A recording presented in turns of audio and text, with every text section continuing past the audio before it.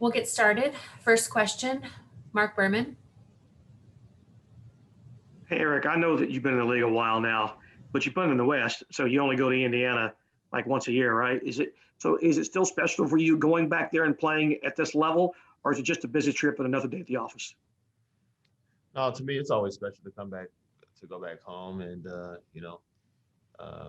I've always had, fun times going there, but it's definitely going to be different without fans. Can't bring family and friends over there. So 'cause I know they don't have any fans. So it's definitely going to be different, but always enjoy going back. Adam Spolin. Are there things that you normally do on a trip to Indianapolis that you can't do this trip? No, not necessarily. I go see family, see my mom and dad and grandmother, and just family period. And but now there's just not a lot to go to games, but I still see a lot of family and friends every time I go there. How many tickets would you say you have to buy for every game? Man, that varies. I remember early in my career, I would for sure get 50, 60 at least, and but now, I just majority have family come, so makes it easier. Jonathan Fagan. When we talk about pace in an offense, we kind of think about running, fast breaking and stuff, but just even in the half court, is it just a process before things get moving more quickly, the ball moving, player movement, or is it just a correction that can be made? Oh, there's definitely corrections that can be made.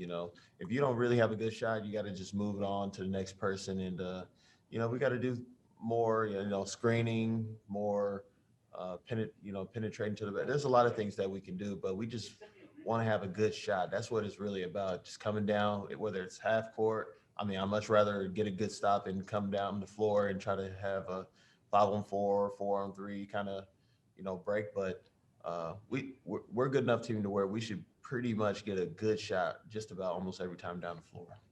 Does it surprise you with the firepower this team has and what you guys have done the past 4 years to relatively be having issues offensively? No, like, new system, so we're definitely still adjusting. You can't forget about that with a lot of new players. So it's definitely going to take time. It's not going to, happen overnight. It's going to take time, and we're going to continue getting better and better. We might have some episodes tomorrow, but we know Indiana's a good team, and we just need to go in there and, play fluid and play to win. Thank you. Kim Davis. Hey, Eric, I know that this season is still young. We're only 5 games into it. But what is it that you see that is the biggest challenge, like the thing that the team, I know defense is always going to be high up on the list, but the thing that you guys have to do, make the most improvement in first? What is that area? Well, if we want to be a really, really good offensive team, I think, we have to get stops and rebounds. I know we're a smaller team, but that's going to make us a better offensive team is if we get some stops and rebound really good. We have to be for sure a better rebound team, and once we rebound, then offensively it makes it percentages of winning go way up. So once we learn that, instead of just worrying about executing all the time, this and that it'll just make things in life much easier. Thank you. Mark Berman. Eric, do you have a memory the fondest memory that stands out playing in Indiana, whether it be at any level, any specific one that really takes you over the top, if you will? That's a tough one. I've had a lot of good times in college and high school. Had a lot of good games and a lot of good times at IU also. So I'll say majority of those. I've always had good times going against the Pacers, but I say my most fond memories are mostly in high school and college. I assume you grew up a Pacers fan? Yeah, I did. I did love the Pacers when they had Reggie Miller and Greg Smith, Mark Jackson, all that, and Davis brothers and all that crew. And I used to love that team. Cody Davis.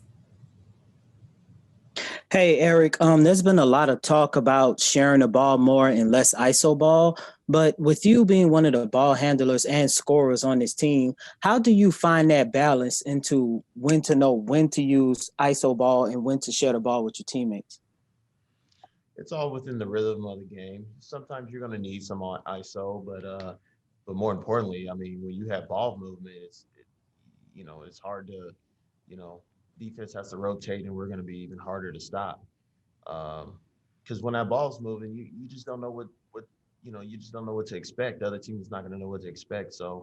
And that's why we can't do too much ISO, but you're going to need some of that too. Uh, but it's all within the rhythm and flow of the game. That's what really matters. 𝗖𝗢𝗡𝗡𝗖𝗧. Eric, in a five-out offense, like you said, you have to keep the ball moving if you aren't able to get an advantage after the initial action or whatever the case may be. But once the ball is out of your hands, is the read to move to a spot on the perimeter to keep optimal spacing? And just to learn more, what is the role of someone in the offense after giving up the ball? Well, no, we've been preaching it and harping on it. We definitely have to move a little bit more, but we definitely want to keep it spaced. But we just gotta, like I said, it's gonna be adjustment. We're adjusting to a new offense, and everybody's still learning, and so it's gonna take some time. It's not gonna be great starting off. And last question, Kaylee Griffin. Hey, Eric, I know there's been a lot of talk, obviously, about not having enough time to practice, not having a lot of training camp, games every other day, but is there a benefit to playing yesterday, moving past it, and then trying to put this all into action again in another game so quickly? Yeah, for sure. You have to adjust on the fly because we can't. We can't really worry about practice. We got to go from game to game, and we have a lot of tough teams that we're about to play upcoming up here, and we got to find our way to fight and get over the hump. We're a team that we can't make a lot of mistakes. We got to rebound, and we got to continue doing well on the offensive end when we're really rolling. So our consistency just has to be better throughout the game. Thank you, Eric. We appreciate your time.